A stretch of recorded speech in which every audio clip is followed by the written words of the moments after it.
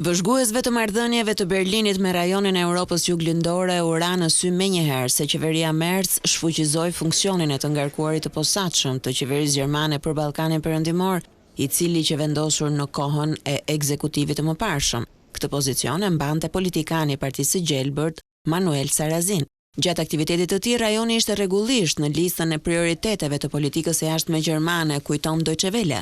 Por ndonse një lëvizje e tillë e kabinetit shkaktoi fillimisht skepticizëm mbi vijimsinë e politikës ndaj rajonit, turneu i ministrit të jashtëm Johan Wadepool në 6 vende të Ballkanit u pasi treguesi faktit që qeveria gjermane mbetet e angazhuar këtu.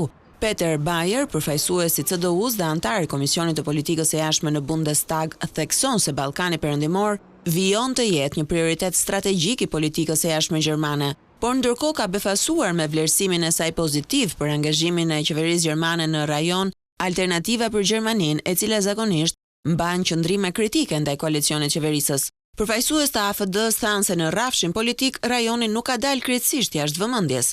Iniciativat diplomatike kanë vazhduar, kujtojnë ata, janë zhvilluar bisedime në kuadrin e procesit të Berlinit dhe janë shënuar disa përparime në hapa të caktuar të integrimit drejt Bashkimit Evropian.